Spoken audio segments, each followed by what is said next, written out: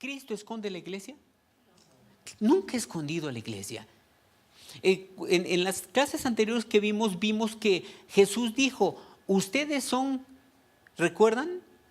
¿A quién nos comparó el Señor Jesús? Ustedes son la sal de la tierra y la luz del mundo.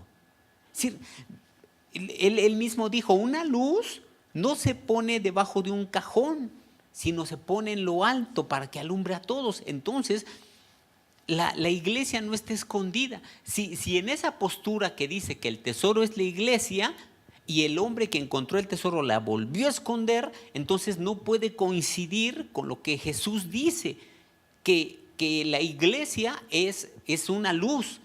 Entonces Cristo no escondió a su iglesia porque ella es la sal de la tierra, la luz del mundo. La iglesia está en el mundo para darle sabor y para alumbrar al mundo. Para mostrarle al mundo la dirección correcta hacia Dios. Entonces, por lo tanto, esta postura tampoco puede ser adecuada. No puede ser adecuada o decir correcto, decir que el tesoro es la iglesia, porque no sería adecuado conforme a lo que Jesucristo enseña y lo que enseña la Escritura. Entonces, esa postura tampoco podría ser correcta. Vamos a ver la siguiente diapositiva y vamos a tratar entonces ahora de ver por qué nosotros decimos lo que decimos hoy. ¿Por qué vamos a ver la interpretación como la vemos? Es importante y algo que tenemos que dejar en claro, hay que fundamentarnos en la Escritura. Es vital. Si vamos a decir algo, vamos a buscar fundamentarlo como lo hemos hecho en las anteriores. Vamos a fundamentarlo con la Escritura. Ahora, el primer punto dice ahí, el tesoro se refiere clara y específicamente al pueblo de Israel. ¿Por qué se referirá? Vamos a decir que el tesoro es Israel. ¿Por qué es Israel? Vamos a leer ahí Éxodo 19:5 y Malaquías 3:17. Quien tenga el micro, si lee los pasajes, por favor. Ahora pues, si diereis oído a mi voz y guardareis mi pacto, vosotros seréis mi especial tesoro sobre todos los pueblos, porque mía es toda la tierra. Así es. Aquí podemos ver cómo Dios, ¿a quién le llama tesoro? ¿O a quién considera un tesoro? A su pueblo, al pueblo de Israel. Vamos a leer Malaquías 3:17, que creo que repite algo muy similar. Adelante, por favor. Y serán para mí especial tesoro, ha dicho Jehová de los ejércitos, en el día en que yo actúe, y los perdonaré como el hombre que perdona a su hijo que le sirve. Dios, a quien ha comparado con un tesoro, es a su pueblo. Así. A su pueblo es a quien ha dicho, ustedes son mi tesoro. Entonces, a ninguna otra cosa le ha llamado Dios su tesoro, sino a su pueblo. Entonces, por eso nosotros decimos que el tesoro, cuando dice que ese hombre encontró un tesoro, se refiere al pueblo de Israel. Ese tesoro se va directamente a Israel. Ahora, a través de las Escrituras, al único pueblo que Dios se refiere como especial tesoro es a Israel. ¿Por qué Israel es un tesoro tan especial para Dios? Bueno, hay muchas razones, pero aquí pusimos algunas. Porque Él, en primer lugar, llamó a Abraham y a su descendencia para un propósito divino, además de darles el privilegio de guardar su palabra. Vamos a leer Deuteronomio 4, del 5 al 8. Mirad, yo os he enseñado estatutos y decretos, como Jehová mi Dios me mandó, para que hagáis así en medio de la tierra en la cual entráis para tomar posesión de ella. Guardadlos pues y ponedlos por obra, porque esta es vuestra sabiduría y vuestra inteligencia ante los ojos de los pueblos, los cuales oirán todos estos estatutos y dirán, Ciertamente pueblo sabio y entendido, nación grande es esta. Porque ¿qué nación grande hay que tenga dioses tan cercanos a ellos como lo está Jehová nuestro Dios es todo cuanto le pedimos? ¿Y qué nación grande hay que tenga estatutos y juicios justos, como es toda esta ley que yo pongo hoy delante de vosotros? Dios tenía un propósito, un plan para todo el mundo, pero tenía que escoger un pueblo. Tenía que escoger un pueblo para darles a guardar su palabra. Conociéndonos como mexicanos, en 1500, 2000, bueno, el pueblo de Israel recibió esta palabra en el 1500 aproximadamente antes de Jesucristo. Es decir, ahorita ya estarían con 3500 años. Híjole, no sé, pero yo creo que nosotros los mexicanos no hubiéramos conservado la palabra en la forma como ellos lo conservaron. Se han hecho estudios y los escribas, los famosos escribas que ustedes saben que los israelitas tuvieron, se encargaban de copiar las escrituras hiperminuciosamente. Se han encontrado los escritos más antiguos, por ejemplo, el rollo de Isaías en las cuevas del Mar Muerto, en las cuevas de Qumran, y se ha comparado esos escritos con otros más recientes y los más antiguos, y son igualitos, excepto algunos detallitos, pero son idénticos. Dios escogió a Israel porque encontró a un gran hombre que fue Abraham. Por eso se le llamó el padre de la fe. Y de ese hombre vino este pueblo. Pero los escogió y son un pueblo especial para Dios. Dios jamás va a dejar a Israel. Dios ama a Israel de una forma impresionante. Nunca los va a dejar, aunque ellos hayan rechazado a Cristo. Aún así, no los va a dejar nunca.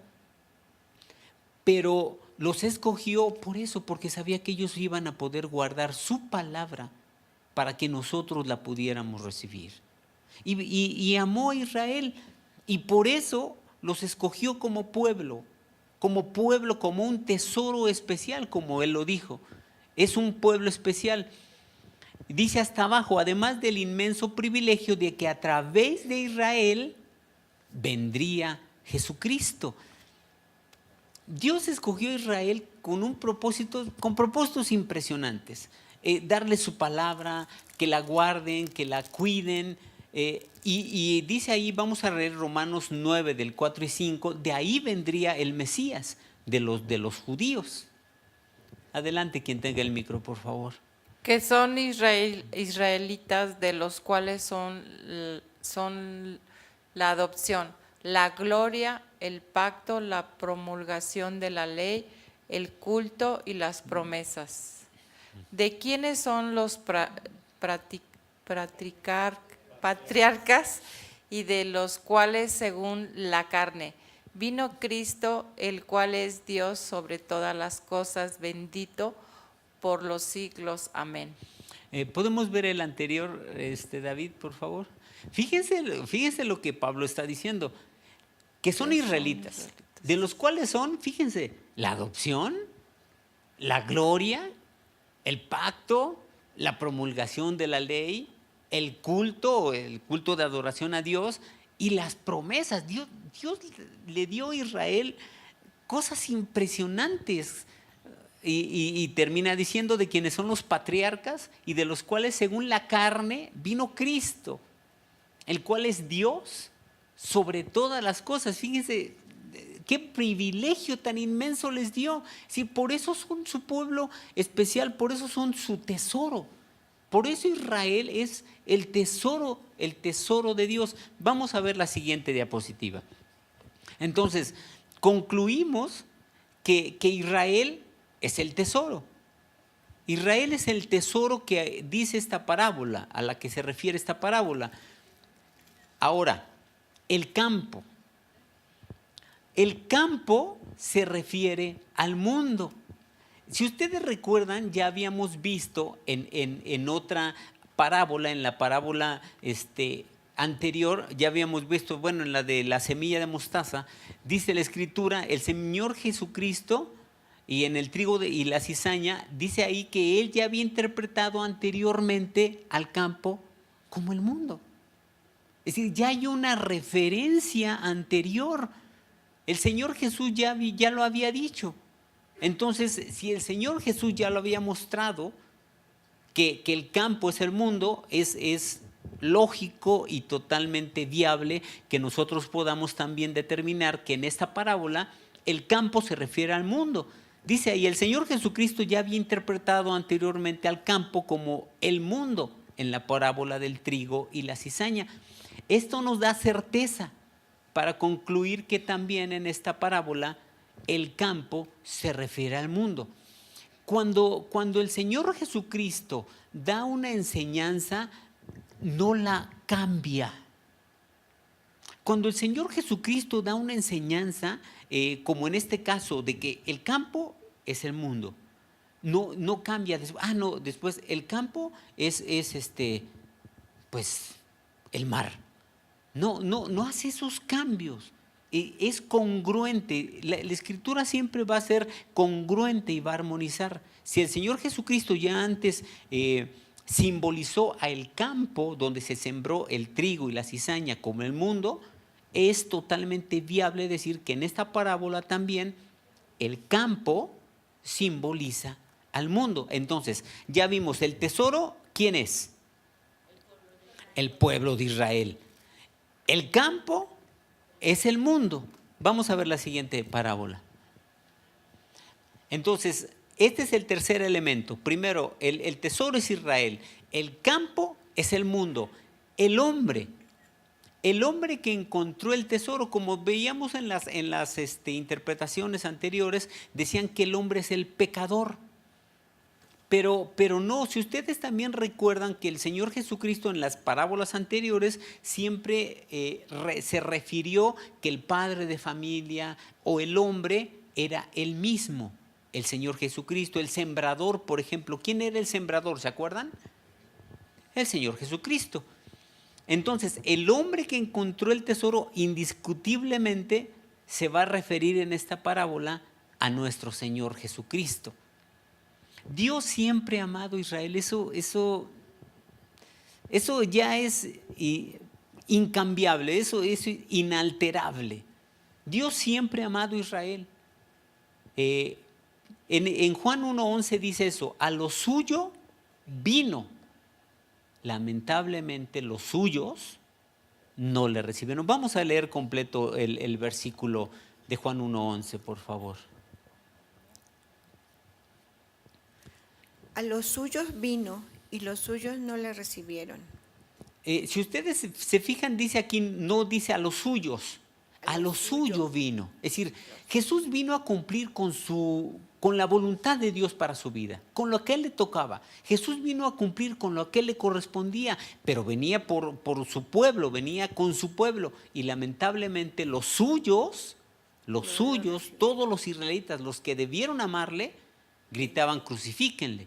Los suyos lamentablemente no le recibieron. Hay otro pasaje en la presentación, en la diapositiva anterior.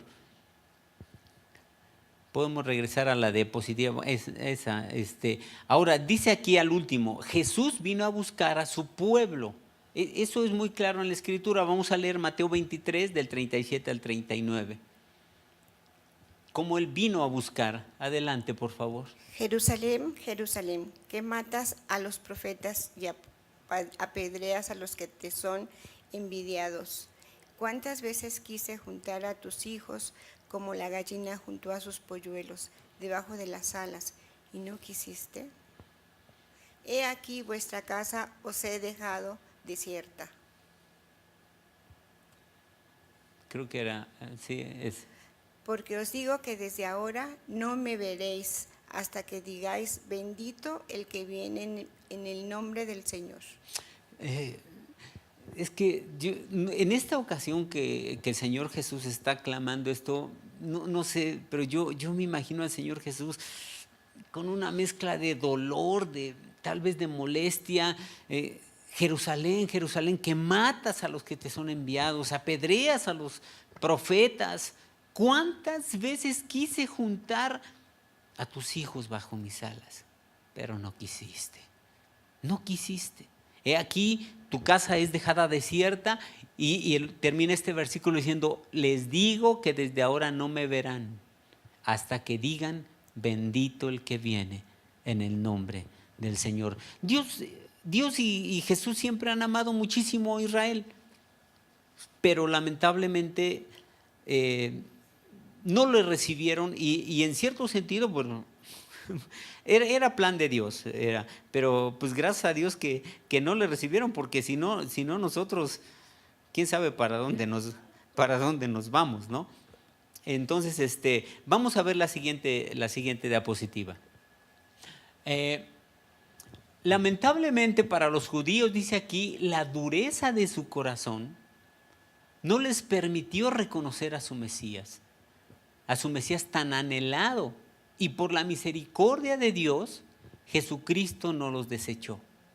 Escondió a Israel para que al final de los tiempos los redimiera. Dios pudo haber desechado a su pueblo. Dios nos pudo haber desechado a nosotros. ¿Cuántos han fallado a Dios después de que han aceptado a Cristo? ¿Por qué no nos ha desechado? Porque nos ama con amor eterno. Como Israel le dijo, con amor eterno te he amado, por eso te he prolongado mi misericordia. A Israel también, a los judíos, Dios pudo haber dicho, les mando a mi hijo. No lo aceptan. Fuera entonces, desechados, pero nunca los ha desechado. Vamos a leer Romanos 11, 25 al 29 y vamos a ver con claridad. Dios nunca ha desechado a Israel, nunca los va a desechar, porque los ama. Adelante, por favor. Porque no quiero, hermanos, que ignoréis este misterio, para que no seáis arrogantes en cuanto a vosotros mismos, que ha acontecido a Israel endurecimiento en parte, hasta que haya entrado la plenitud de los gentiles.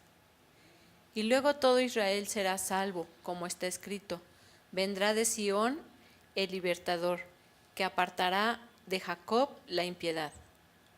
Y este será mi pacto con ellos, cuando yo quite sus pecados. Así que en cuanto al Evangelio, son enemigos por causa de vosotros, pero en cuanto a la elección, son amados por causa de los padres. Porque irrevocables son los dones y el llamamiento de Dios. Dios llamó a Israel, y como aquí dice, irrevocables. Es decir, Dios jamás, cuando Dios llama a alguien y le da un don, jamás se lo quita, jamás se lo quita. Dios llamó a Israel, llamó a ese hombre Abraham para que fuera su siervo y que de ahí saliera un pueblo llamado Israel. Dios jamás le va a decir te desecho, porque su llamamiento y sus dones son irrevocables. Nunca los quita, no, ya no. Él no cambia, Dios no cambia. También a nosotros, jamás te sientas desechado de Dios, porque jamás te va a desechar Dios. Por favor, grábatelo en tu corazón. Puedes portarte mal, puedes hacer muchas cosas. Si tú regresas a Dios como el hijo pródigo, inmediatamente te va a abrazar. Dios no te desecha, nos desechamos nosotros. Dios no te dice, ya no te acepto, ya no te quiero, fuera de aquí. Dios nunca te va a decir eso. A veces las personas son las que, yo he conocido, como les he dicho, a amigos o a compañeros cercanos con dones impresionantes, y algunos de ellos han abandonado a Jesús. Jesús nunca los abandona. Si ellos en su en su error, como el hijo pródigo, reaccionan por la ayuda del Espíritu de Dios que les redarguya de pecado y se arrepienten y regresen a Dios, lo primero que va a hacer Dios es: te perdono, hijo. Porque Dios nos ama de una forma, bueno, que no hay palabras para definirlo. Entonces, Dios nunca va a desechar a su pueblo Israel. Como lo hemos dicho, para ser claros, Dios ama a Israel, pero no nos hagamos como Israel. Es como el pecador. Ustedes sabemos que Dios odia al pecado, pero ama al pecador. Entonces, yo digo, no me voy a hacer como el pecador. Yo tampoco me debo hacer como Israel. Dios ama a Israel, pero están equivocados porque no aceptaron a Jesucristo. Entonces hay que tener cuidado con como muchos han hecho. Ya se van a Israel a festejar la fiesta del Sukkot. Hay tantas cosas. Al rato se van a querer dejar aquí sus cairelitos. Bueno, a mí ya ni me saldrían, ¿verdad? Pero no, que Dios nos libre. Entonces hay que bendecirlos, hay que orar por Jerusalén, hay que orar por Israel, pero no hay que hacernos como ellos. Bendito sea Dios, encontramos la verdad. Ahora dice ahí en la última parte: Dios rescatará a los israelitas y Jesucristo mismo se manifestará físicamente a ellos, y entonces lo van a reconocer y lo adorarán como su Salvador y su Mesías. Un día, estos que no aceptaron, que rechazaron a Jesucristo, un día Jesucristo mismo se les va a presentar, se les va a manifestar y entonces lo van a reconocer. Vamos a leer Zacarías 12:10. Quien tenga el micro adelante, por favor. Y derramaré sobre la casa de David y sobre los moradores de Jerusalén espíritu de gracia y de oración, y mirarán a mí, y quien traspasaron, y llorarán como se llora por hijo unigénito, afligiéndose por él como quien se aflige por el primogénito. Un día, como ahí dice Dios: derramaré sobre la casa de David y sobre los moradores de Jerusalén espíritu de gracia y oración, y mirarán a mí, a quien traspasaron. También en otra parte dice que les enseñará las heridas de sus manos. Jesucristo mismo va a venir y se les va a manifestar. Después, no sé si se acuerdan en el pasaje anterior que dice que aconteció a Israel endurecimiento en parte hasta que entren la plenitud de los gentiles. Bendito sea Dios. Primero vamos a entrar todos nosotros los gentiles, y después, cuando ya todos los gentiles que hayamos aceptado a Cristo hayamos entrado, entonces Jesucristo viene y se les manifiesta. Pero les espera algunas cosas bastante desagradables. Entonces, es un pueblo bendito, es un pueblo que hay que amar, que hay que respetar, pero nunca, no hay que ser como ellos.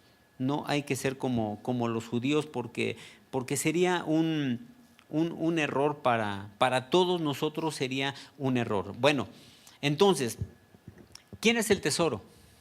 El pueblo de Israel. El pueblo de Israel. El pueblo de Israel es un tesoro, y podríamos ver más pasajes en la Escritura para que viéramos cómo Dios siempre ha tenido dentro de su pueblo, aunque su pueblo hubo tiempos de una perversión muy grande, de una idolatría muy grande, Dios siempre preservó dentro de su pueblo lo que se le llama un remanente, de hombres fieles que fueron los que siempre buscaron a Dios.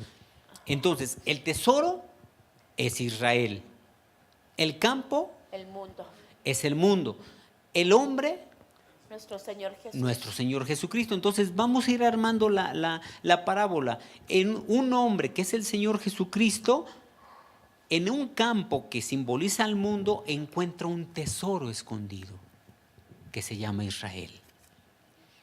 Pero dice la parábola que lo vuelve a esconder. Fíjense qué interesante. Es ese hombre, o el Señor Jesucristo, vuelve a esconder ese tesoro que encontró. Vamos a ver la siguiente diapositiva para ir armando ahora. ¿Por qué lo esconde? ¿Por qué esconde a ese tesoro que lo escondió, que encontró en el campo, que estaba escondido y que lo encontró en el campo? Dice aquí la diapositiva, dice: en la historia del pueblo de Israel hubo una división. Creo que vimos algo, si ustedes recuerdan, vimos algo en las clases pasadas, cómo se dividió ese pueblo, el pueblo de Israel, en dos reinos, el reino del norte y el reino del sur. ¿Recuerdan quién era el reino del norte o cómo estaba conformado?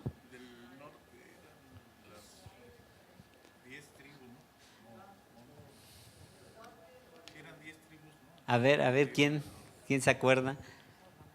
De veras que estudiar la historia del pueblo, la historia ilumina. Cuando tú estudias la historia y la entiendes, muchas partes de la Biblia se te aclaran.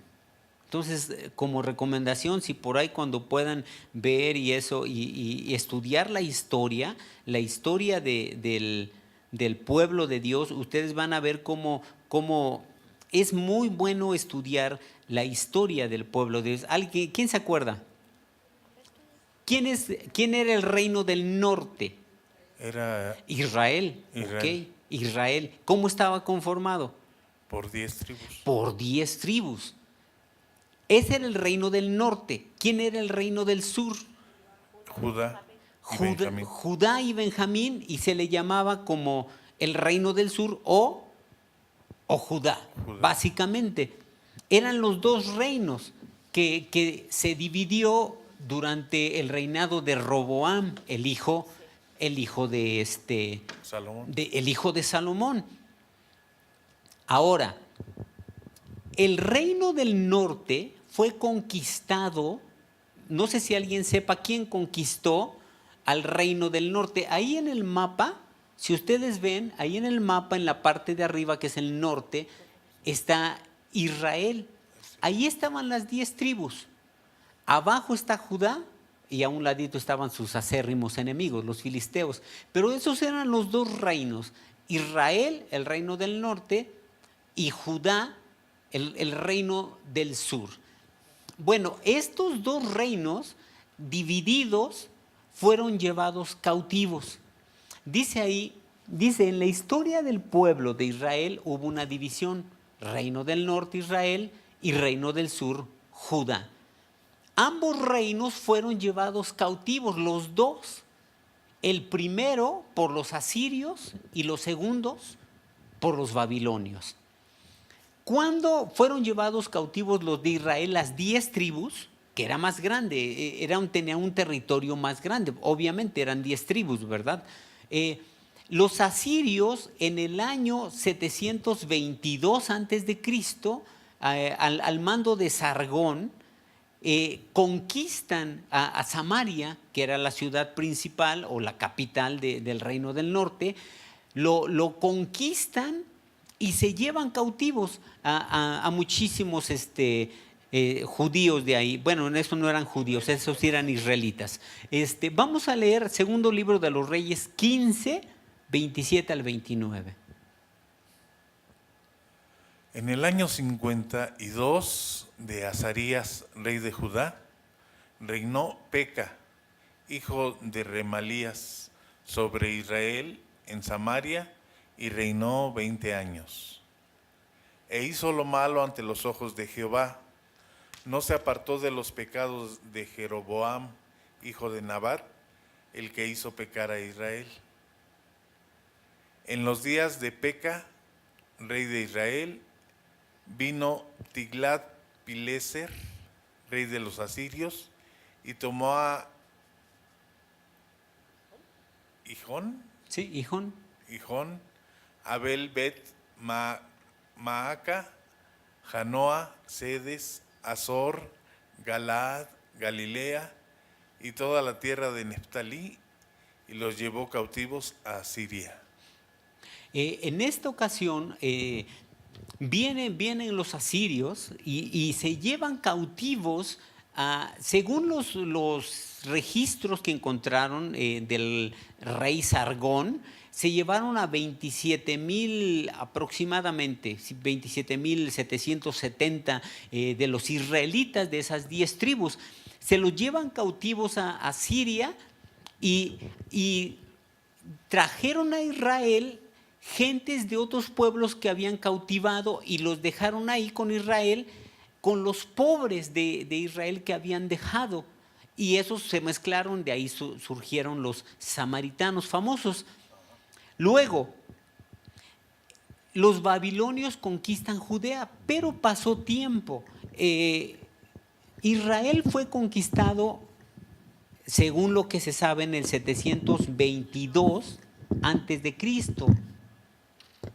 En el 722 antes de Cristo, Israel fue llevado cautivo, fue conquistado.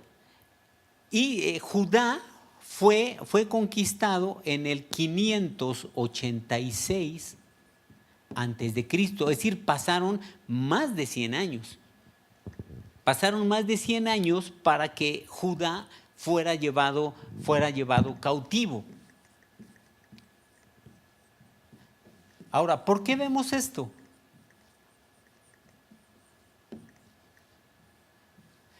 ¿Por qué se le llama hoy judíos a todos los que están en la tierra de Israel?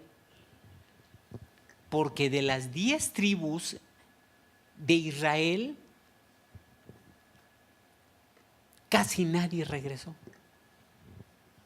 Todos se acostumbraron al cautiverio y se quedaron, de estas 10 tribus, se quedaron en Asiria. No regresaron, aunque tuvieron alguna oportunidad de regresar, no regresaron. Y a las 10 tribus a estas 10 tribus, no sé si han escuchado, pero se les llaman las tribus perdidas. Estas 10 tribus se les llama las tribus perdidas, porque muchos no saben, muchos han investigado y han dicho, bueno, ¿dónde quedaron las 10 tribus? Rubén, Simeón, Neftalí, Zabulón, Aser, Gad, todas esas, ¿en dónde quedaron? Muchos dicen que se quedaron ahí y se empezaron a ir para otros lados. Algunos dicen que en la parte sur de Rusia, que muchos de esos son descendientes de los israelitas, de esas 10 tribus. Y así se les ha dado a llamar, están en cierta forma escondidos. Escondidos en el mundo. No se saben dónde están. Los quienes regresaron cuando Ciro dio la orden, los que sí regresaron, aunque no muchos, fueron los de Judá y los de Benjamín.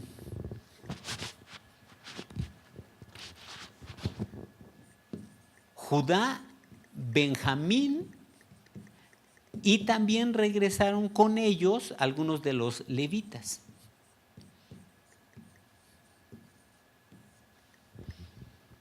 Pero de las otras 10 tribus no se sabe dónde quedó, o al menos plenamente. Hace poco en una página de Israel decían que de la tribu de Manasés que estaban en la India, que ni tan siquiera sabían algunos de ellos que eran descendientes de los israelitas. Que hasta que se dieron cuenta, y digo, era un número pequeño, no era un número muy grande, pero se encontraban en la India, y de esos como 100 y tantos regresaron a Israel, pero son de la tribu de Manasés, parte de las 10 tribus de Israel. Entonces, Dios escondió a ese pueblo en el mundo. Un día van a salir todos los que crean realmente en Jesucristo, cuando se les manifieste ya claramente lo van a aceptar. Entonces los babilonios conquistan a Judea o a Judá. Vamos a leer ese pasaje que está en segundo libro de los Reyes 25 del 8 al 11. En el mes quinto, a los 7 días del mes, siendo el año 19 de Nabucodonosor, rey de Babilonia, vino a Jerusalén Nabuzaradán, capitán de la guardia, siervo del rey de Babilonia, y quemó la casa de Jehová y la casa del rey y todas las casas de Jerusalén y todas las casas de los príncipes quemó a fuego. Y todo el ejército de los caldeos que estaban con el capitán de la guardia derribó los muros alrededor de Jerusalén. Falta el 11 nada más. Sí. Y a los del pueblo que habían quedado en la ciudad, a los que se habían pasado al rey de Babilonia y a los que habían quedado de la gente común, los llevó cautivos Nabuzaradán, capitán de la guardia.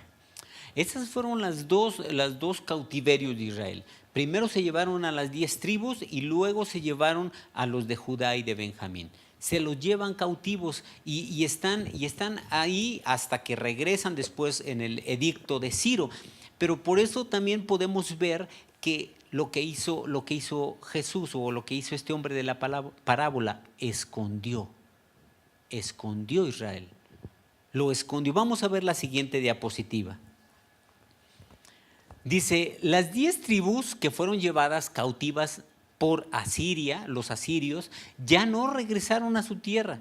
Se acostumbraron a su cautividad y se quedaron en la tierra a donde fueron llevados. Se les considera las 10 tribus perdidas de Israel. No existe certeza qué pasó con ellas. Hay muchas teorías, pero no hay plena certeza de qué fue de ellas.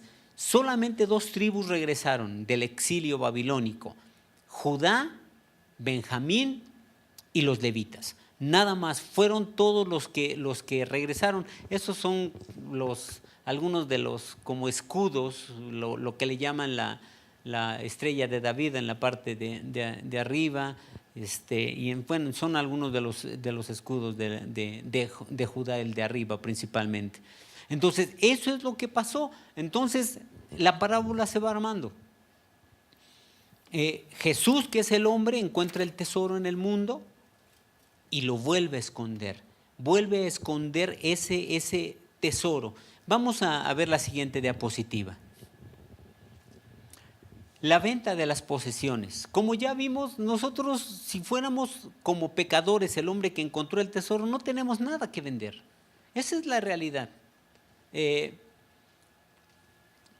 No sé, pero yo creo que sí se han encontrado a personas como ese de la diapositiva, ¿no? Que yo me he encontrado a personas que cuando les hablas de Cristo dicen, si yo soy bueno, yo no le hago mal a nadie. ¿No se han encontrado con gente así?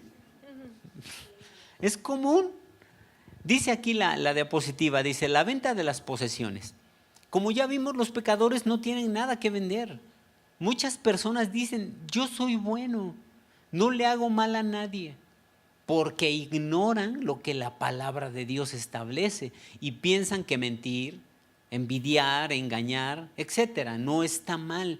Mucha gente piensa, es que yo no he matado a nadie, no soy un ladrón, y pensamos a veces que eso, como mentir, envidiar, no, pues eso todo mundo lo hace.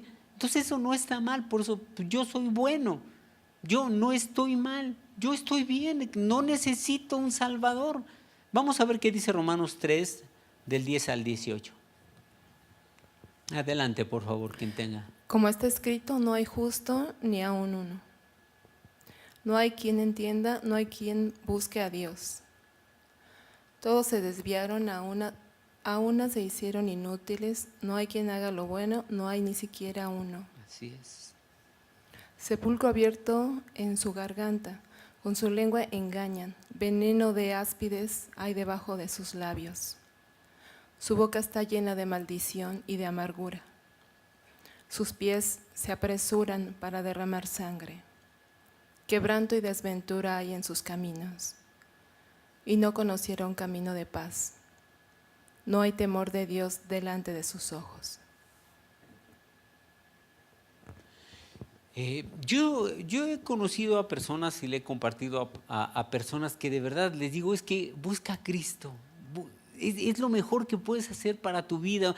Y un desinterés, una indiferencia, no, yo estoy bien, no necesito. Sí, mucha gente se excusa y piensa que no, o que es buena, que no está mal.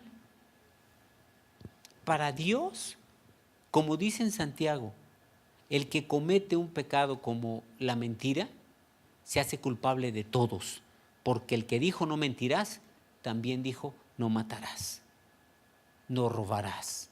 Pero no lo entendemos porque no conocemos la Escritura y porque en este mundo estamos tan dañados, vivimos en un mundo de pecado, lleno de pecado, que nos acostumbramos mentiras blancas, mentiras rosas, mentiras piadosas, y pensamos que ese tipo de mentiras están bien. Y pensamos, no, si yo por misericordia digo una mentira rosita, es rosita clarito, no está mal. Tenemos ideas bien tergiversadas, tenemos ideas bien torcidas, sí.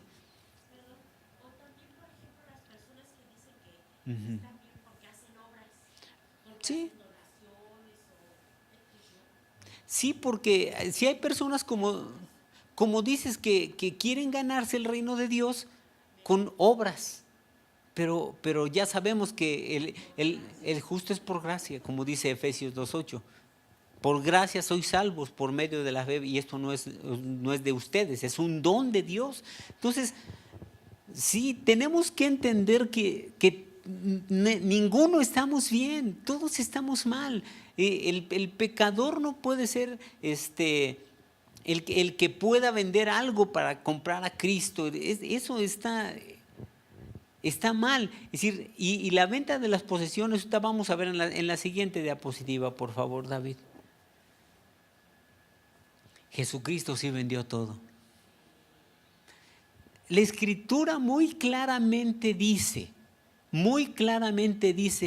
que Jesucristo sí vendió todo absolutamente para comprar el mundo. Su divinidad, sus riquezas, su poder, no escatimó absolutamente nada con tal de comprar a este mundo, con tal de comprar el campo para él. Lo que Adán lo vendió, toda esa autoridad, Jesucristo tuvo que pagar con todo lo que tenía para poder comprar este mundo. Filipenses 2, del 5 al 11. Quien tenga el micro, si ahorita que lo pongan puede leerlo, por favor. Filipenses 2, 5 al 11.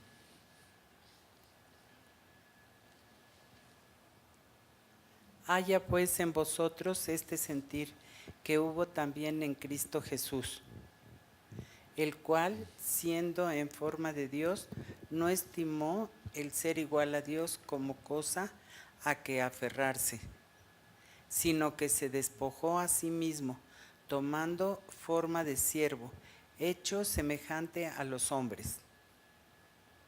Y estando en la condición de hombre, se humilló a sí mismo, haciéndose obediente hasta la muerte, y muerte de cruz.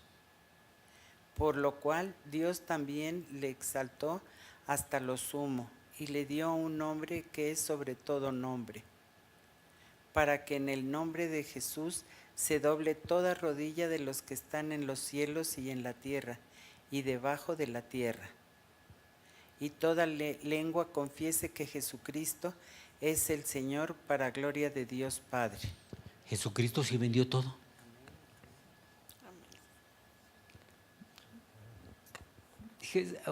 Ojalá que Dios, yo le ruego a Dios que su Espíritu Santo nos lo pueda meter profundamente en nuestro corazón. Todo eso que hizo Jesucristo fue por este mundo, y sí por los israelitas, pero también por nosotros. Por nosotros. ¿Qué necesidad, podríamos decir, qué necesidad tenía el Señor Jesucristo de vender todo? Como Dios le dijo un día a Moisés, hazte a un lado, déjame destruir este pueblo y yo te voy a poner sobre otro mejor. Dios puede crear otros mundos, Dios puede crear otras gentes mejores, pero en su misericordia nos ha amado a nosotros, ama a su pueblo, ama este mundo y estuvo dispuesto a dar todo. Él sí estuvo dispuesto a dar todo. Si pensáramos un poco en la interpretación que dice que el hombre es el pecador y que para comprar el campo tenía que vender todo. ¿Cuántos de nosotros hemos vendido todo? ¿Cuántos de los cristianos que están en México han vendido todo por Cristo? ¿Cuántos seríamos salvos? El único que sí ha estado dispuesto a todo, vender todo, su gloria, su divinidad, su poder, sus riquezas, como la Biblia lo dice, que Él dejó todas sus riquezas, fue Jesús, nuestro Señor Jesucristo. Él sí estuvo dispuesto a vender todo, es el único que estuvo dispuesto. Dice abajo, Dios ama con amor eterno a Israel. Por eso vendió todo para comprar el campo en donde escondió su tesoro, al pueblo israelita. Jeremías 31:3, yo creo alguien se lo sabe de memoria. Bueno, si no lo puede leer ahí, por favor. Jehová se manifestó a mí hace ya mucho tiempo, diciendo, con amor eterno te he amado, por tanto te prolongué mi misericordia. Jeremías 31:3. Esto Dios se lo dijo a Jeremías, hablándole acerca de él y hablando acerca de su pueblo. Dios ama a Israel, lo sigue amando, aunque los israelitas aman a Dios, pero sí, equivocadamente. Por un lado sí aman a Dios, pero no reconocen a quien Él envió. Y el que rechaza al Hijo, rechaza al Padre. Pero bueno, pero Dios lo sigue amando. Dios se me manifestó hace ya mucho tiempo diciendo con amor eterno, es eterno el amor de Dios. Para con nosotros y para con Israel. Es eterno. Eterno totalmente. Bendito sea Dios por el Dios que tenemos, por el Dios que nos alcanzó, que nos ha buscado. Vamos a buscar a ver la siguiente diapositiva, por favor.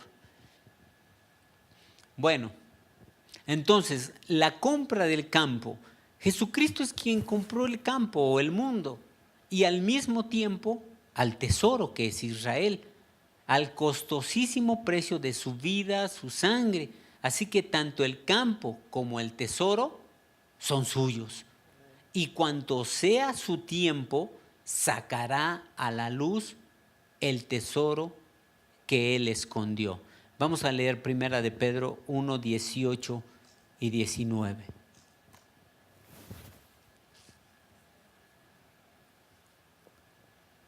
Adelante, por favor. Sabiendo que fuisteis rescatados de vuestra vana manera de vivir, la cual recibisteis de vuestros padres, no con cosas corruptibles como oro o plata, sino con la sangre preciosa de Cristo, como de un cordero sin mancha y sin contaminación. El Señor Jesucristo ha dado todo absolutamente para comprar este mundo en donde estamos. El mundo es suyo. Como dice Salmo 24:1, del Señor es la tierra y su plenitud, el mundo y los que en él habitan. Vamos a ver la conclusión, vamos a ver la última diapositiva. Bueno, dice ahí en esa imagen que está ese versículo tan tan precioso y que creo que es el más conocido en todo el mundo, porque de tal manera amó Dios al mundo que ha enviado a su Hijo unigénito para que todo aquel que en Él cree no se pierda, mas tenga vida eterna. Bueno, como conclusión, entonces, ¿cómo quedó la parábola? Voy a leerles nuevamente Mateo 13, 44, para que podamos ya definir cómo queda esta parábola. ¿Cómo es esta parábola que el Señor Jesús, bueno, ya está, gracias David. Dice, además el reino de los cielos es semejante a un tesoro escondido en un campo. Entonces ya vimos que el tesoro escondido es Israel, el campo es el mundo. El hombre, el cual un hombre halla que es el Señor Jesucristo, y lo esconde de nuevo. Y gozoso por ello va y vende todo lo que tiene y compra aquel campo. Ya dejando la parábola ya definida con la conclusión, podemos ver que el Señor Jesucristo es ese hombre que encuentra ese tesoro que es el pueblo de Israel. Hay un pasaje que yo quería que leyéramos.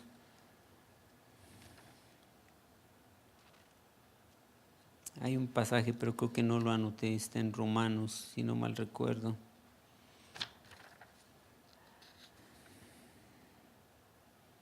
Vamos a volver a leer Romanos capítulo 9, versículos 4 y 5. Hay un pasaje que está en Romanos. No recuerdo si está más adelante de ese pasaje, pero ahí habla muy claramente cómo el Señor Jesús va a sacar ese tesoro después de que haya entrado, como ahí vimos, la plenitud de los gentiles. Creo que sí lo leímos, ¿verdad?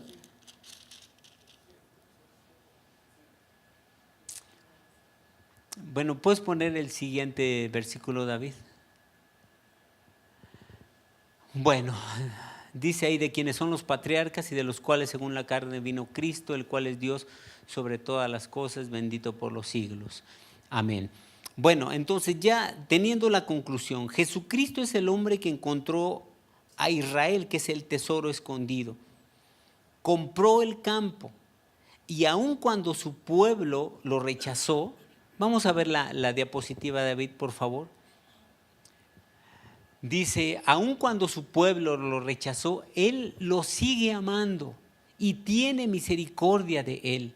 Y al final de los tiempos lo redimirá y lo sacará a la luz y será gloriosa la manifestación de los hijos de Dios.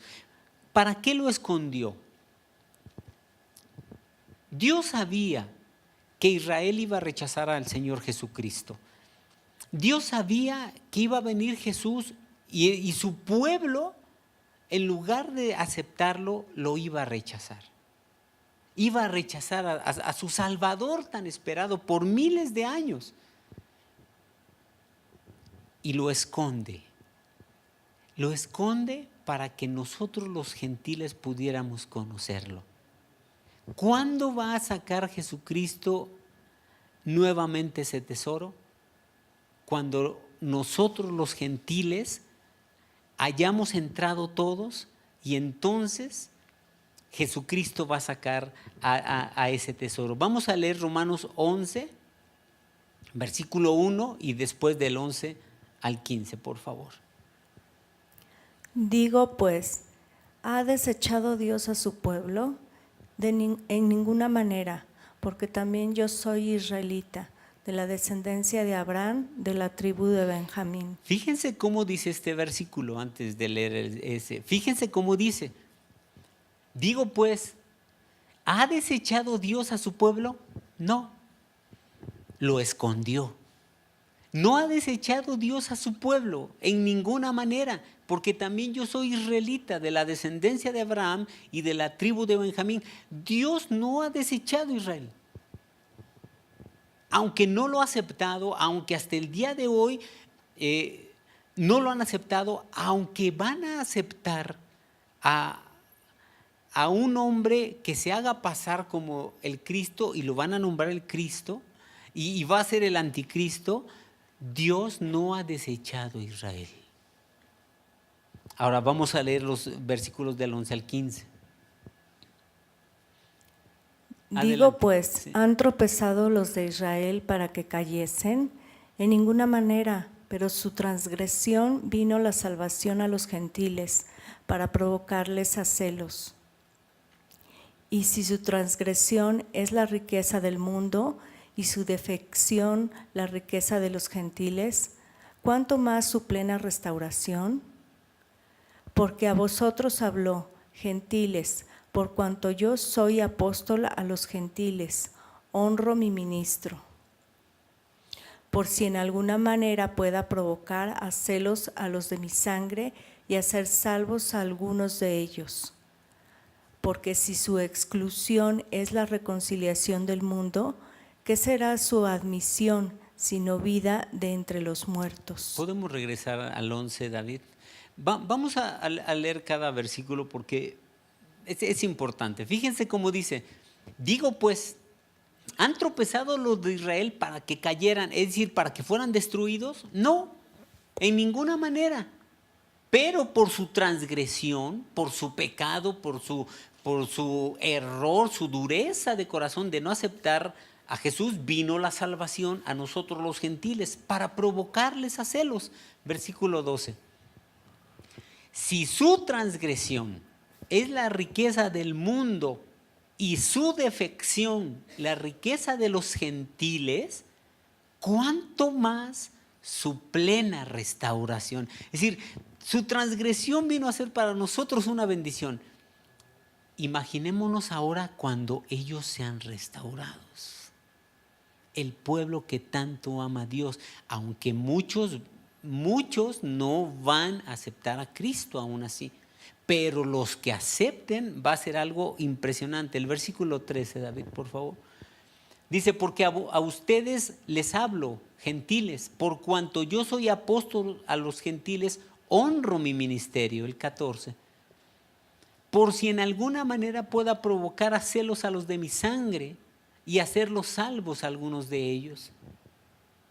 Y por último, gracias, porque si su exclusión es la reconciliación del mundo, ¿qué será su admisión sino vida de entre los muertos? En otras palabras, el Señor Jesús viene y encuentra ese tesoro que es Israel, pero Israel rechaza a Jesús. Entonces, por el rechazo de los judíos a Jesús, Jesús no los desecha, sino los esconde.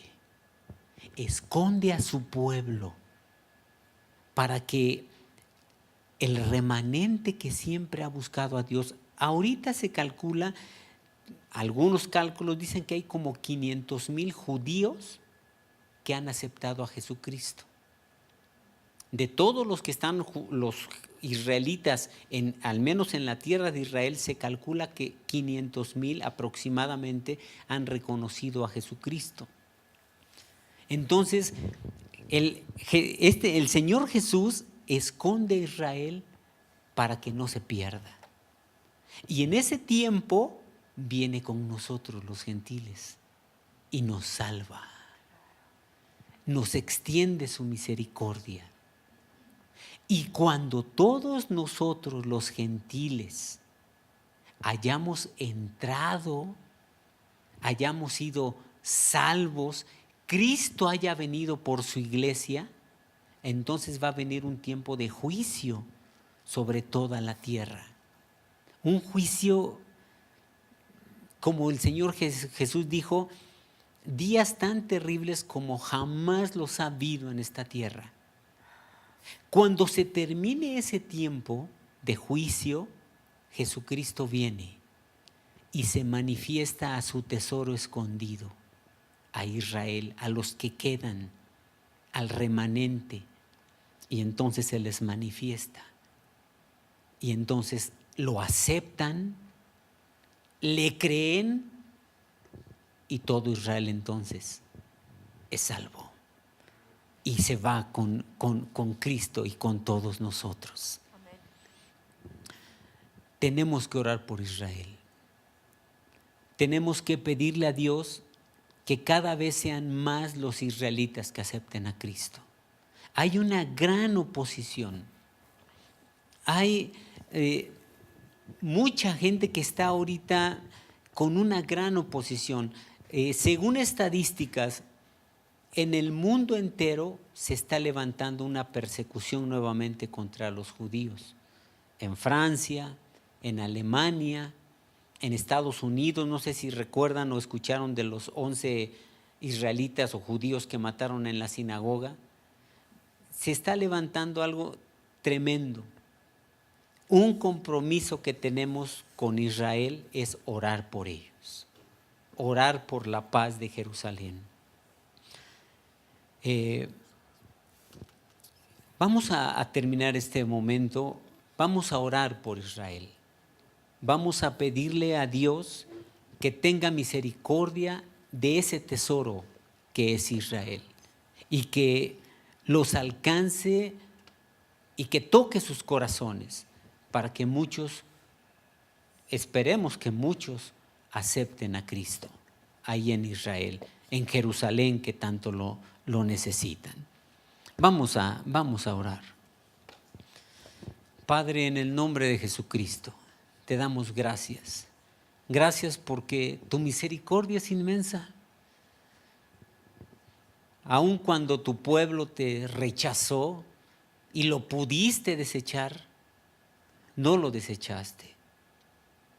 Escondiste a tu tesoro, Israel, para que ese remanente fuera guardado y un día tú tengas misericordia de ellos y los perdones. Perdones a los que en ese tiempo todavía estén. Así es que por esa misericordia que tú tienes para tu pueblo, en el nombre de Jesucristo te rogamos por Israel, por Jerusalén, por todos los israelitas, por todos los judíos que habitan en esa tierra. Ten misericordia de ellos, Padre.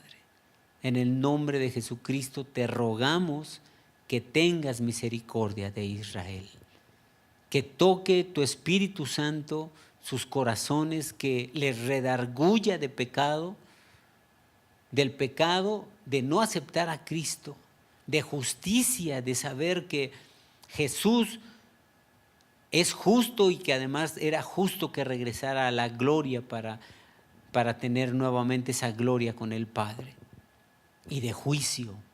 El diablo ya fue juzgado y también si ellos no se arrepienten pueden ser juzgados. Que tu Espíritu Santo les redarguya de pecado, justicia, de juicio. Y te pedimos, Padre, que tú obres en ellos el querer conocerte, el querer reconocer a Jesucristo como su Salvador. Que obres en ellos el querer abrir su corazón, romper esa dureza de su corazón y reconocer que su Salvador ya vino, que es Jesucristo, y que le acepten en su corazón, que acepten a nuestro Señor Jesús en su corazón y podamos unirnos como un cuerpo, una familia en Cristo. En el nombre de Jesús te lo pedimos, ten misericordia de Israel, guárdalos, que tengan paz y que encuentren el camino de regreso a ti. En Jesucristo te lo pedimos y te damos muchas gracias, Padre. En el nombre de Jesús. Amén. Amén. Pues de aquí a 8 días nos vemos.